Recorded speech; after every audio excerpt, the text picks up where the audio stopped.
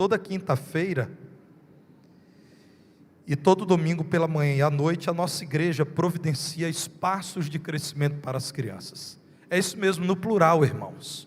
Porque domingo de manhã, 9 horas, nós temos do berçário até a última etapa da vida de todas as pessoas, classe. Então você pode trazer o bebê, que nós temos espaço para o bebê, a criança, o junior, o adolescente.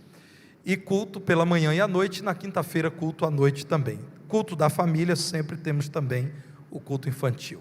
Enquanto as crianças deixam esse ambiente, irmãos, por favor, abram a palavra de Deus em Marcos capítulo 16, versículos 19 e 20, fechamento do precioso evangelho de Marcos. As crianças estão encontrando-se agora com os seus monitores, e eu quero falar aqui da minha alegria de saber que a irmã Cláudia Márcia, que está na transmissão do culto ao Senhor, está cada dia melhor. A irmã Cláudia tem enfrentado algumas batalhas no campo da saúde e testou positivo para a Covid. Nós oramos e Deus concedeu sustento à sua serva. Vejo aqui a irmã Elvira também bem recuperada. Que alegria tê-la aqui em nosso meio. Estou vendo aqui a irmã Fia também, ali acompanhada do Weber.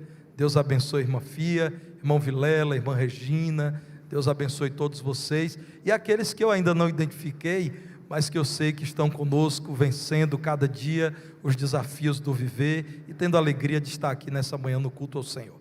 Vamos ler então, irmãos, Marcos capítulo 16, versos 19 e 20.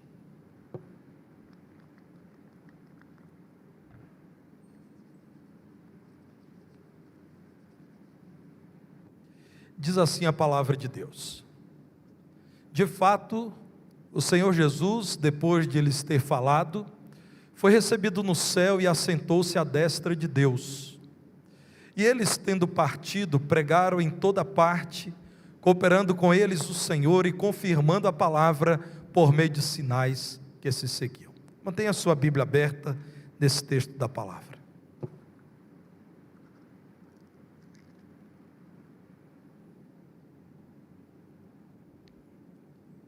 O contexto em que Marcos encerra o seu evangelho é o pós-ressurreição do Senhor Jesus.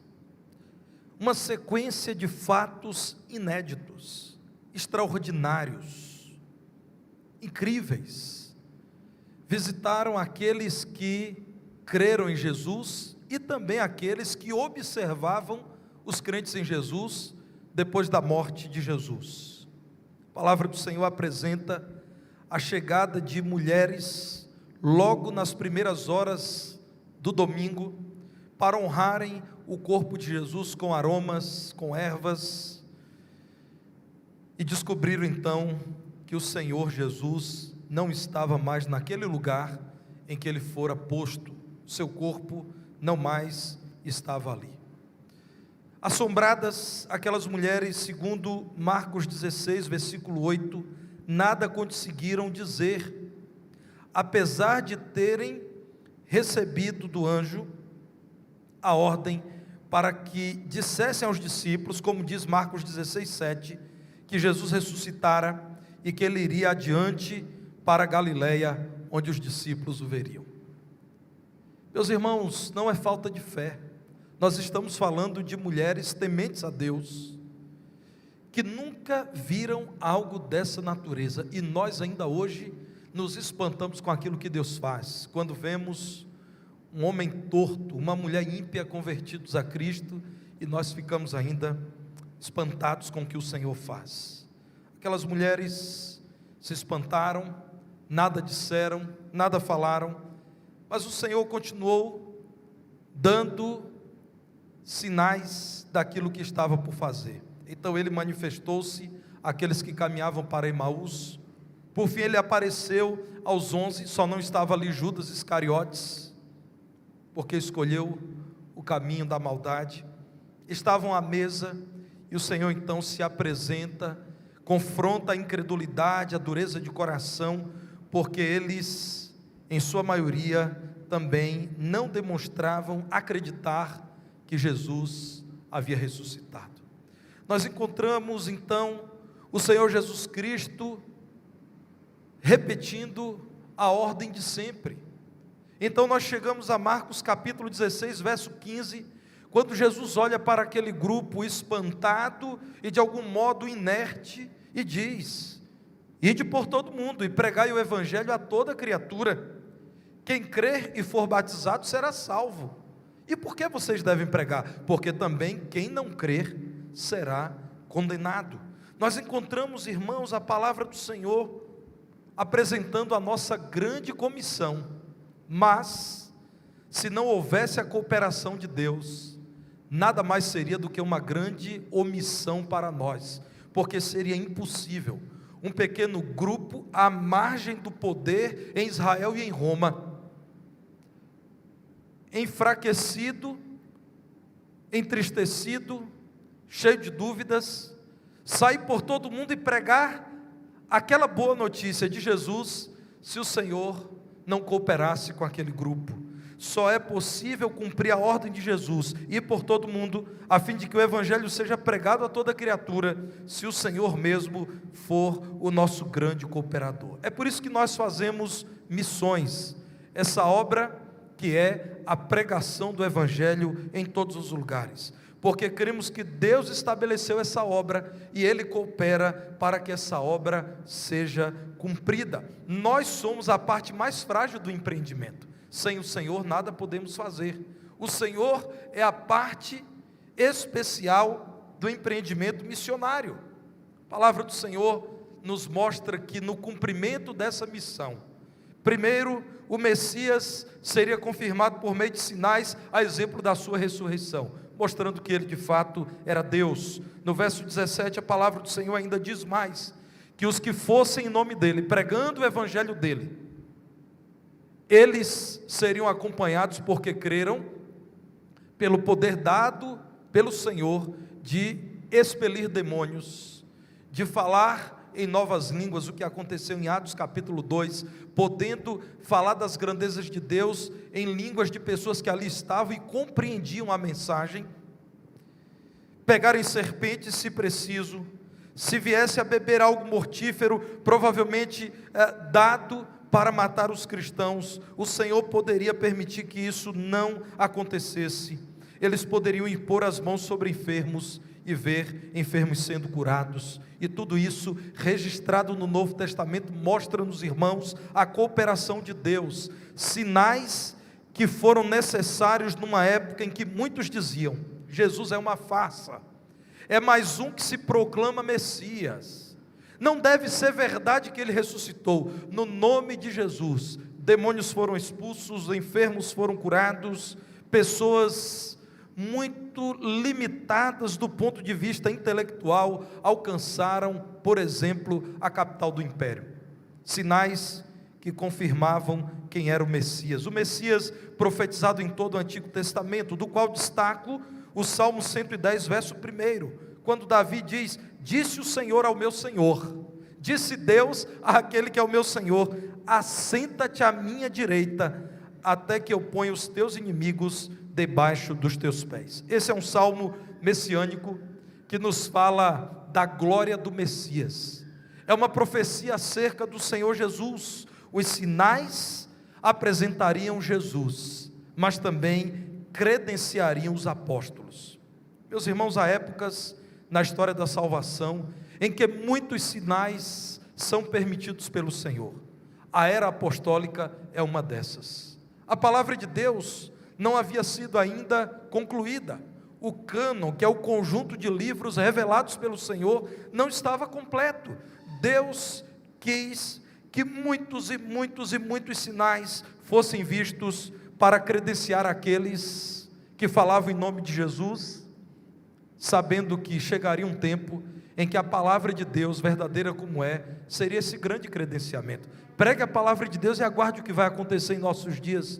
Você verá que Deus confirmará tudo o que é pregado. Naqueles dias, o Senhor permite que esse credenciamento se dê por meio de sinais. Mas é claro, meus irmãos, que nós precisamos lembrar que há um propósito. O propósito não é demonstração de poder, pelo poder, não é chamar a atenção, não é espantar, é apontar para Jesus, em nome de quem todos os sinais foram realizados. Em 2 Coríntios, capítulo 12, verso 12, a palavra de Deus diz isso. Paulo registra: as credenciais do apostolado foram apresentadas no meio de vós, com toda persistência. Primeiro grande sinal: o apóstolo persiste, persevera, não nega o seu Senhor, mas também por sinais, prodígios, coisas espantosas e poderes miraculosos. Agora vejam Hebreus capítulo 2, versos 3 e 4. O autor de Hebreus diz assim: como escaparemos nós, se negligenciarmos tão grande salvação, a qual, tendo sido anunciada inicialmente pelo Senhor, o Senhor Jesus, foi-nos depois confirmada pelos que a ouviram. Versículo 4 diz assim: dando Deus testemunho juntamente com eles. Note bem a construção do texto bíblico. Deus deu privilégio para que esses apóstolos, essas testemunhas dele, esse grupo de pessoas que o Senhor enviou, o significado de apóstolo é exatamente esse, aquele que é enviado para testemunhar. O Senhor testemunhou juntamente com eles por sinais, prodígios e vários milagres, e por distribuições do Espírito Santo, segundo a sua vontade. Mas há alertas, irmãos. Nós, crentes em Jesus, cremos naquilo que está escrito. Cremos que Deus é poderoso para realizar prodígios. Irmãos, nenhum crente que seja bíblico dirá que os milagres descritos na palavra de Deus são figuras de linguagem ou são invenções. Nós sabemos que tudo isso de fato aconteceu. Mas a palavra de Deus alerta: cuidado com a busca do sinal, do milagre apenas pelo milagre. Por exemplo, irmãos, vejam o alerta da segunda carta aos Tessalonicenses, no capítulo 2, versos 2, 9 e 10. Segunda aos Tessalonicenses 2, 2. Não vos demovais da vossa mente com facilidade, nem vos perturbeis, quer por espírito, quer por palavra, quer por epístola, como se procedesse de nós, suportando tenha chegado o dia do Senhor. Cuidado com espíritos, com eventos que negam a palavra do Senhor. Se a palavra do Senhor diz que ainda não chegou o dia dele, é porque ainda não chegou. Ora, o aparecimento do iníquo é segundo a eficácia de Satanás, com todo poder e sinais e prodígios da mentira, e com todo engano de injustiça aos que perecem, porque não acolheram o amor da verdade para serem salvos. A besta, a serviço de Satanás, virá com prodígios e sinais que espantarão a muitos e atrairão muitos a si. É o que diz Apocalipse, capítulo 13, versos 13 e 14. Apocalipse 13, versos 13 e 14. Falando da besta, a serviço de Satanás, a palavra de Deus diz que a besta também opera grandes sinais, de maneira que até fogo do céu faz descer a terra diante dos homens. Seduz os que habitam sobre a terra por causa dos sinais que ele foi dado executar diante da besta, dizendo aos que habitam sobre a terra que façam uma imagem à besta, aquela que, ferida a espada, sobreviveu. A palavra do Senhor antecipa o tempo do fim e diz que depois que a igreja do Senhor Jesus Cristo for tomada por ele, e nesse mundo Satanás livremente estiver operando, a besta será capaz de realizar sinais extraordinários que atrairá a atenção de muitos. A palavra do Senhor, portanto, nos mostra, irmãos, que os milagres do Senhor são valiosíssimos, mas eles têm um propósito. O propósito é glorificar a Deus, é mostrar que todos os sinais feitos em nome de Jesus apontam para o poder do Senhor Jesus Cristo, mostram quem Ele é, e que os sinais feitos pelos apóstolos credenciam a mensagem, credenciam o trabalho daqueles que pregaram em nome do Senhor. Eu lembro-me que em Mateus capítulo 4, o Senhor Jesus Cristo é tentado por Satanás a fazer algo extraordinário só para demonstrar poder. Mateus 4, versos 5 a 7, Satanás insistentemente tenta Jesus, e aqui no verso 5, o diabo leva Jesus à cidade santa, Jerusalém, o coloca sobre o pináculo do templo, e lhe disse, Satanás disse ao Senhor: se és filho de Deus, eu já ouvi gente dizer isso, se você é servo de Deus, faça isso e aquilo. Irmãos, Satanás diz: se és filho de Deus, atira-te abaixo, porque está escrito: aos seus anjos ordenará a teu respeito que te guardem, e eles te susterão nas suas mãos, para não tropeçares em alguma pedra. Respondeu-lhe Jesus: também está escrito: não tentarás o Senhor teu Deus.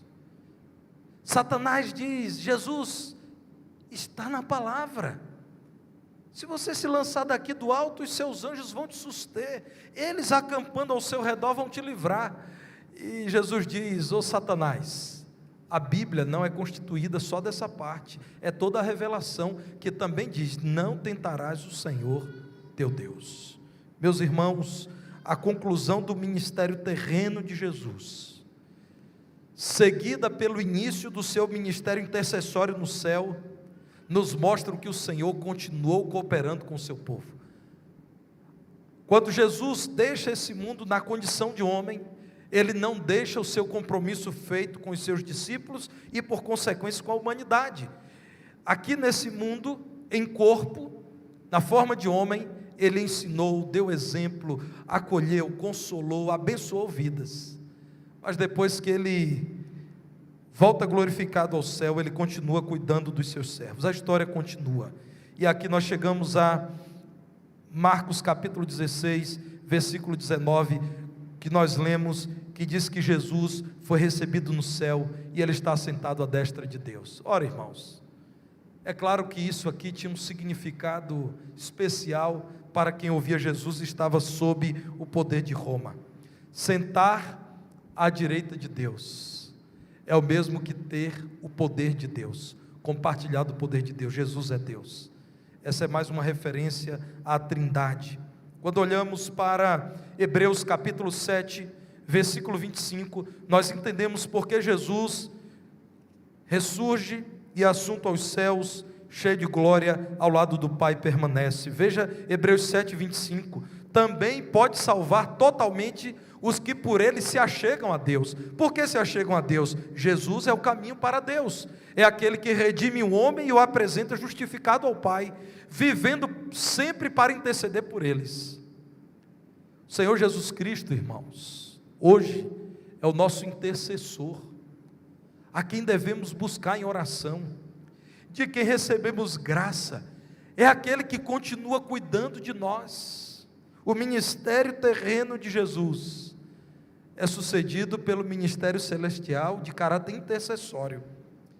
Em Marcos 16, versículo 20, a palavra do Senhor diz que agora, sabendo que Jesus ressuscitara, recebendo a missão da boca de Jesus, então eles partiram pregando em toda parte. A palavra de Deus diz, cooperando com eles o Senhor. A palavra cooperando é sinerguntos, do verbo sinergel, na língua grega sinergel. E o que é sinergel? É sinergia. Aí você agora lembrou do que estamos falando. Irmãos, o significado exato de sinergel é trabalhar juntamente. É um trabalho a quatro mãos. É como se o nosso ministro de música convidasse a Andréia e dissesse: Andréia, vamos nós dois sentar ao piano e vamos tocar a quatro mãos um hino. Os dois tocando o mesmo hino no mesmo piano, produzindo uma só música. Irmãos, esse é o significado da palavra de Deus. Sinergia perfeita entre o Deus Santo e aqueles que têm o Espírito do Deus Santo. O Senhor cooperando juntamente com eles, cooperando com eles e confirmando a palavra por meio de sinais que se seguiram, e não foram poucos esses sinais. O Deus que coopera conosco é o maior interessado na obra missionária, essa obra que consiste na pregação do Evangelho a toda criatura. Meu irmão querido, saiba que o Deus de amor é o seu grande cooperador para que você pregue o Evangelho. Com uma garantia dessa, não há o que temer, Não há desculpas a dar. Nós precisamos sair por toda parte pregando o Evangelho. O Deus que coopera conosco nos apresenta o plano. O que os discípulos pregaram? Meus irmãos, pregaram o Evangelho a toda criatura. Sem dúvida, eles pregaram o Evangelho de nosso Senhor Jesus Cristo. Vamos olhar no primeiro capítulo de Marcos, que evangelho é esse? Marcos 1, 14 e 15. Meu irmão, aqui está o que você precisa pregar.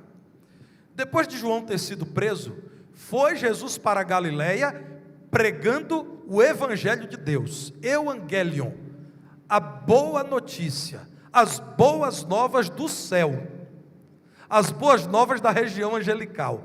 E que evangelho era esse? O tempo está cumprido, o reino de Deus está próximo, arrependei-vos e crede no Evangelho. Acontece, meus irmãos, que essa neopentecostalização dos evangélicos no Brasil, para não citar outros países, fez com que muita gente acreditasse que sair por aí prometendo curas, prosperidade financeira e coisas dessa natureza, são a pregação do Evangelho. Não é, irmãos. A pregação do Evangelho é: vocês são pecadores e estão perdidos. Quem crê em Jesus será salvo, quem não crê será condenado.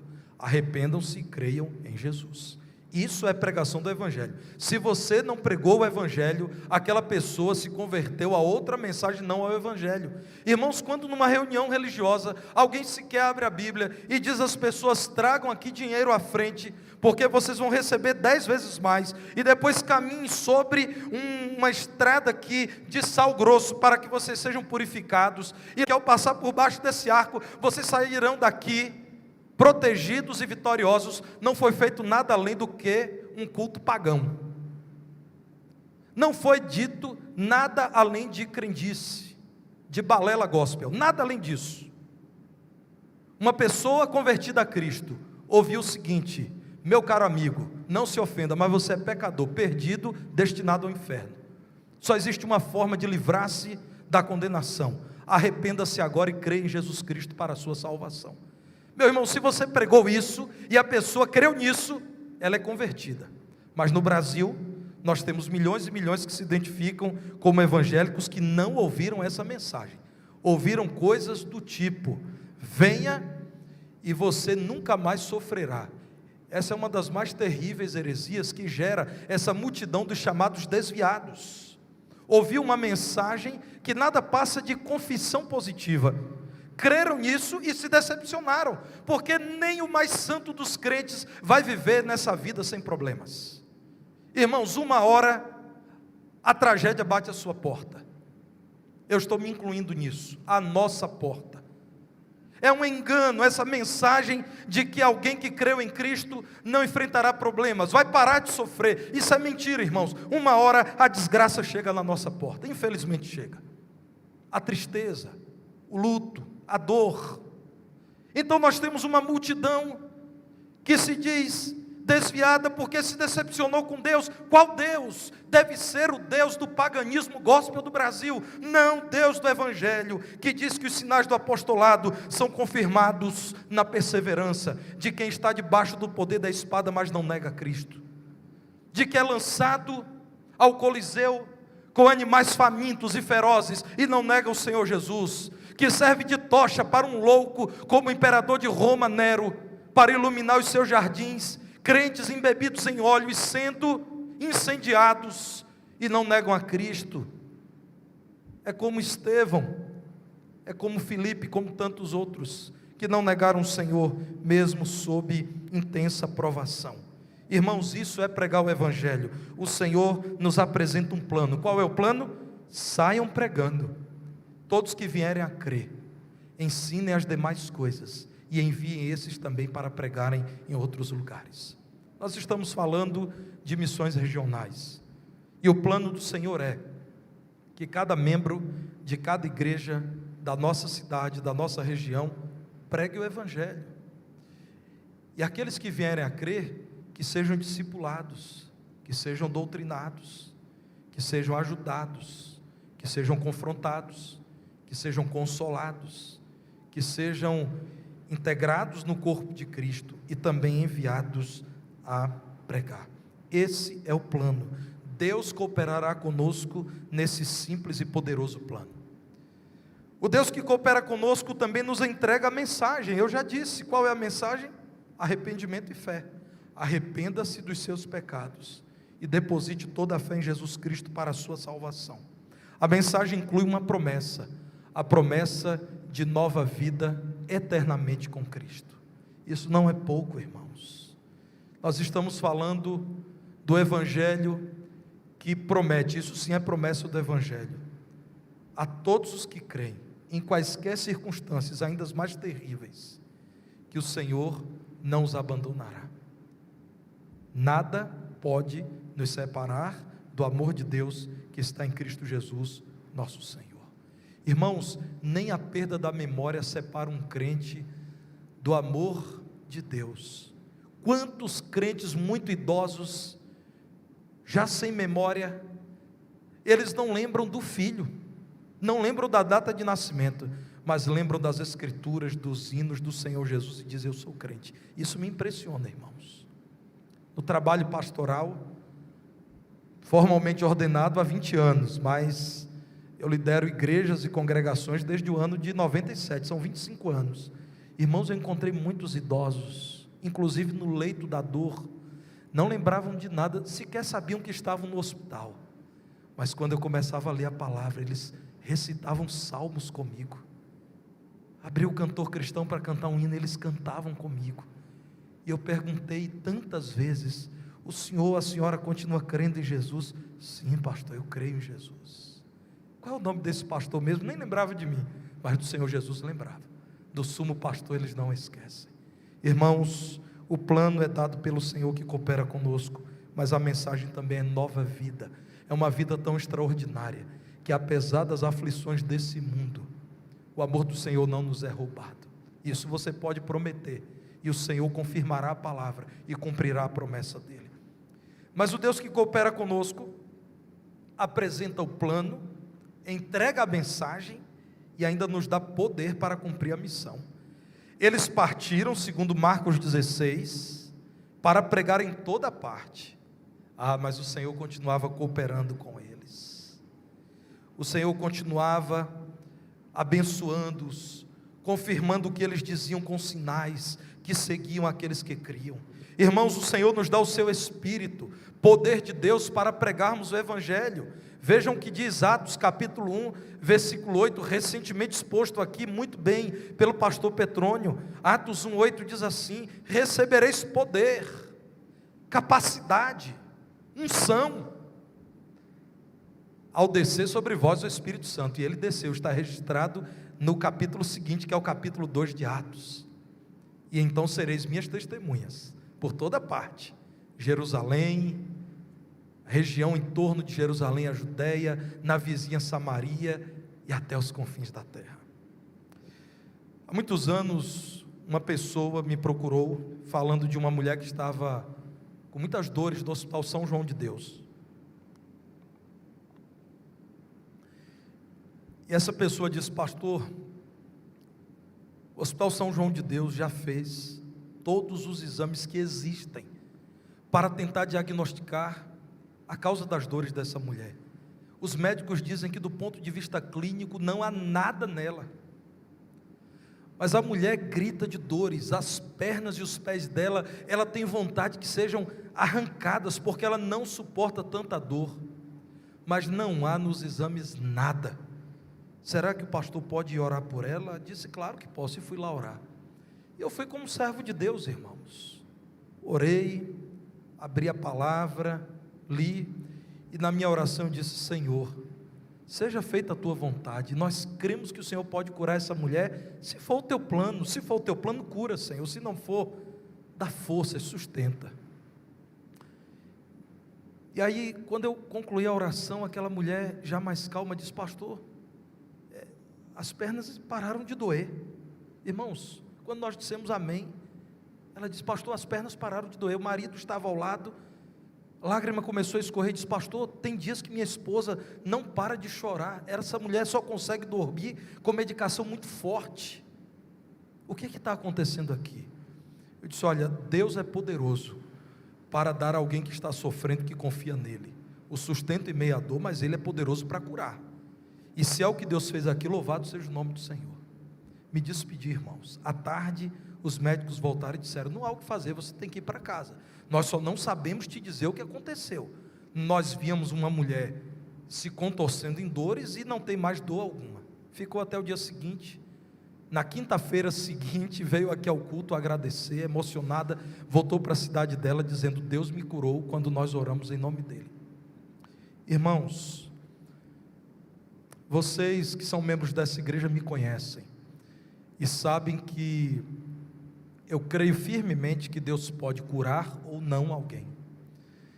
Eu já vi ao longo da vida, sempre como pastor batista tradicional, nunca deixei essa postura bíblica teológica, e acredito que nunca deixarei. Eu vi um jovem, a quem batizei, a quem celebrei casamento, ainda hoje membro da minha ex-igreja, um dos líder do Ministério de Evangelização, chegar com exames que mostravam que ele era soro positivo, estava com HIV, e esse jovem me dizia assim: pastor, eu estava visitando essa igreja já há um bom tempo, e eu passei a não mais praticar a promiscuidade sexual que eu praticava. Infelizmente, essa semana, uma pessoa com quem me envolvi no passado, com AIDS, me procurou e disse: vai fazer o teste, porque eu estou soro positiva. E eu fiz, e eu também tenho HIV. Mas eu quero dizer ao pastor que eu não vim aqui no culto, e eu não vim aqui hoje para dizer a Deus que eu vou ser crente se Ele me curar. Ele me cure se Ele quiser, eu quero ir para o céu. Esse jovem chamado Damião entregou a vida a Cristo, foi batizado, e a conduta era que de meses em meses ele precisaria fazer novos testes, até para acompanhar a carga viral. Samila lembra muito bem disso. Esse jovem, acompanhado por um médico cristão, voltou lá um dia e disse à secretária: eu preciso falar com o pastor agora, eu não marquei horário, aguarda aí então, que o pastor daqui a pouco acaba de atender alguém, e ele chega com os exames e diz: está aqui, pastor, eu não tenho mais AIDS. Eu disse: olha, meu irmão, vamos agradecer ao Senhor, aí você volta. Se Deus fez isso, o que é maravilhoso, não vai haver dificuldade nenhuma, você voltar lá e fazer novos exames. Você volta lá, faz novos exames e volta aqui. Irmãos, ele fez isso mais 2 vezes.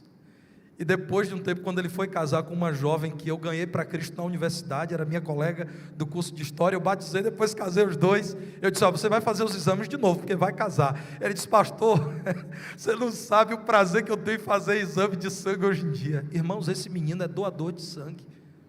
O grande prazer dele é, depois de doar sangue, Deraldo, pegar a carteirinha dizendo que ele testou negativo para HIV.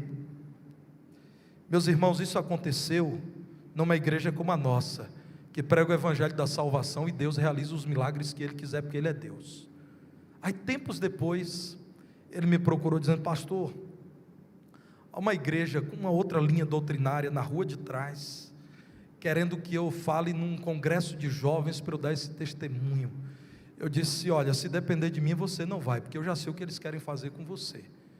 Querem fazer de você a grande atração da noite, e a glória deve ser dada a Deus. Esse menino foi lá e disse: olha, eu ainda não estou preparado e não vou.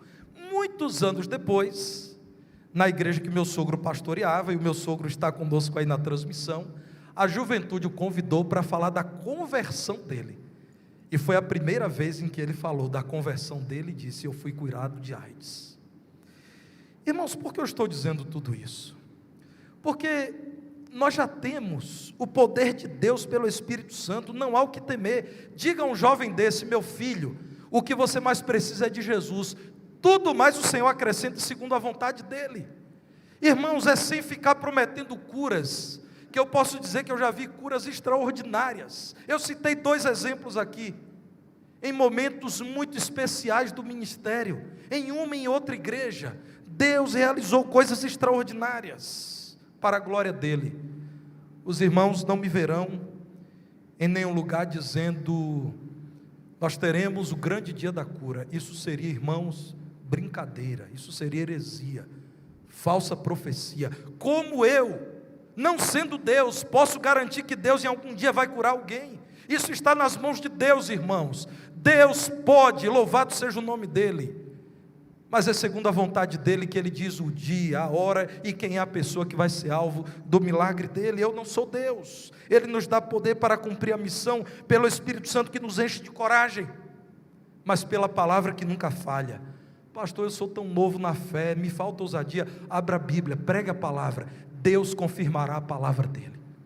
É impossível que a palavra de Deus caia por terra. Deus vela sobre a sua palavra para fazê-la cumprir. Pregue a palavra e aguarde o que vai acontecer. É extraordinário, irmãos. Quando você prega a palavra de Deus, você deixa a vida que ouviu a palavra nas mãos de Deus, e Deus sabe muito bem honrar a palavra dEle. Deus sabe se defender muito bem. Eu não preciso defender Deus, eu preciso somente pregar o Evangelho. O Deus que coopera conosco, nos apresenta o plano, nos entrega a mensagem, nos dá poder para cumprir a missão e nos dá autoridade. Ele providencia cenários em que nós que nada somos, somos ouvidos e até respeitados e até buscados. Ele nos dá o poder de testemunhar, e o nosso testemunho nos enche de autoridade diante das pessoas. Primeira vez que eu fui a Cláudio, com o alvo de estabelecer ali uma congregação em nome dessa igreja, meus irmãos, eu fui a uma locadora de imóveis em Cláudio, e o senhor que me atendeu disse: olha, Cláudio é uma cidade em que quase não há nesse momento imóveis para serem alugados. Os poucos que tem são apartamentos em prédios muito novos, numa área nova da cidade. Eu conheci inclusive essa região. Ali por sinal veio a morar o pastor Antônio, que foi obreiro, ainda é obreiro daquela congregação. E então aquele homem me disse o seguinte: olha, não quero desanimar vocês não, mas vocês não vão encontrar o que vocês estão procurando. Uma casa e uma área para iniciar uma congregação evangélica aqui.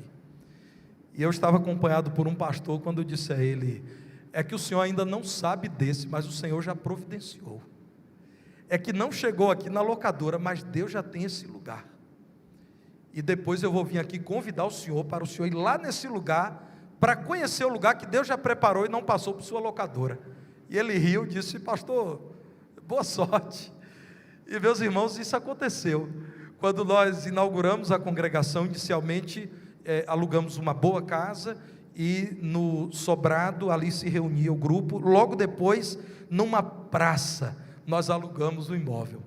E aí no dia da inauguração, eu fui mais cedo e levei aquele senhor o convite e disse: olha, lembra daquele imóvel que o senhor não conhecia, mas que Deus preparou? E é claro que Ele iria preparar, porque é vontade dEle que a gente pregue o Evangelho em Cláudio. É esse lugar que o senhor está convidado para ir lá. Deus, irmãos, providencia o necessário quando nós o obedecemos e saímos para pregar o Evangelho. Ele coopera conosco, e o nosso testemunho também nos enche de autoridade. Nós não estamos sozinhos enquanto pregamos o Evangelho. Deus coopera conosco. Portanto, ore por missões, mas ore por você. Senhor, o que tens para mim quando o assunto são missões regionais? O Senhor quer que eu apoie qual congregação? O Senhor quer que eu inicie o trabalho em qual cidade? Ore, por exemplo, por São Sebastião do Oeste. Nós temos algumas famílias lá. Meus irmãos, Deus certamente está preparando o momento para estabelecermos uma congregação em São Sebastião do Oeste. Ore por São Gonçalo do Pará. Nós temos uma família que sai de São Gonçalo 2 vezes por semana e vem participar de culto aqui. Precisa chegar o momento em que diremos a esses irmãos: agora é nossa vez de ir lá. Eu sei que no passado a igreja já foi. Eu sei que essa igreja pregou o Evangelho numa época muito difícil, em que não havia respostas em São Gonçalo. Mas Deus é o Senhor do tempo. Parece que o tempo está chegando de um novo trabalho ali. Orem por Itapecerica, aquela boa cidade. Há muitos membros de nossa igreja que são filhos de Itapecerica. E o Senhor certamente nos tem incomodado. Oremos por isso, irmãos. Divulguemos a obra missionária, mas também ofertemos. Qual será a sua oferta que demonstra que você está cooperando com Deus para a realização da obra missionária? Saiba, meu irmão, Deus coopera conosco, não tem como dar errado. A obra missionária será bem sucedida, a despeito das lutas que enfrentamos, dos adversários que encontramos, porque é Deus quem coopera conosco na realização dessa obra. Que Deus, pois, nos abençoe e que nós nos animemos, nos alegremos com essa certeza de que quando partiram para pregar em toda parte, o Senhor cooperou com eles, confirmando a palavra por meio de sinais que seguem os que creem. Que Deus, pois, nos fortaleça. Nós vamos cantar o hino Nossa Gente Quer Viver em Segurança. Esse lindo hino que é originado na poesia da nossa irmã Mirtes Matias, uma grande poetisa que já está com o Senhor e que tanto abençoou os crentes e ainda tem abençoado com a sua obra. Nossa gente quer viver em segurança. Depois o pastor Igor orará ao Senhor, intercedendo ao Senhor para que nos dê a condição de avançar na obra missionária regional. Vamos cantar em pé, irmãos. Nossa gente quer viver em segurança.